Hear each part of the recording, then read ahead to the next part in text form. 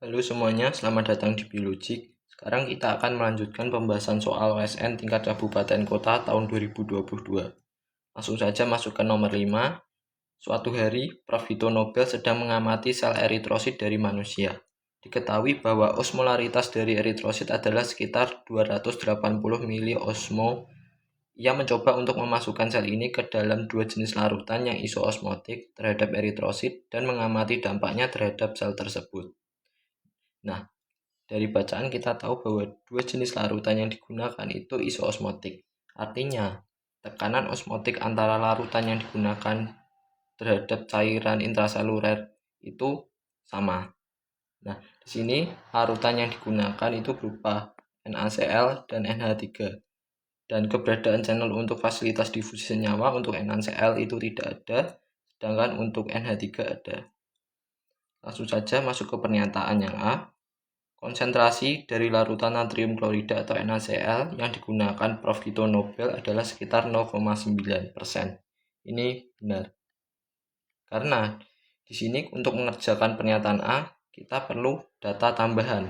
Nah, tetapi di sini keterbatasan data yang diberikan, tetapi di sini sudah diberitahu bahwa sekitar 0,9% konsentrasi dari natrium kloridanya. Maka bisa kita simpulkan pernyataan A ini benar. Yang B, lisis pada larutan Y akan lebih cepat ketimbang larutan X. Nah, ini benar juga teman-teman, karena di larutan Y ini masih terdapat channel untuk fasilitas difusi senyawa.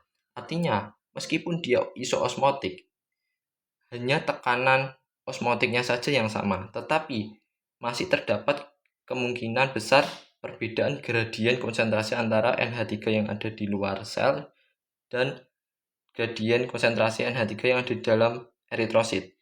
Nah, kenapa kok pernyataan B itu benar? Karena ketika NH3 yang ada di lingkungan masuk ke dalam sel karena terjadinya difusi senyawa, maka terjadi juga masuknya air dari lingkungan ke dalam sel, sehingga masih memungkinkan terjadinya lisis pada sel darah merah tersebut.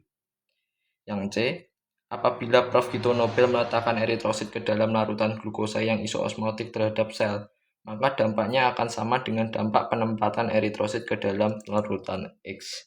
Ini salah, karena harusnya sama seperti penempatan di larutan Y, karena sel darah merah itu masih memiliki protein yang memfasilitasi glukosa untuk bisa masuk ke dalam eritrosit tersebut. Namanya proteinnya GLUT1. Nah, ketika si glukosa ini masuk ke dalam sel, otomatis untuk menyeimbangkan konsentrasi atau tekanan osmotik antara yang ada di dalam sel dan di lingkungan, maka air dari lingkungan pun akan masuk juga, teman-teman. Nah, artinya proses ini sama seperti terjadi di larutan Y. Yang pernyataan yang D, ketika sel dimasukkan ke dalam larutan yang hiperosmotik terhadap cairan intraseluler, maka lama-kelamaan akan terjadi krenasi. Ini benar.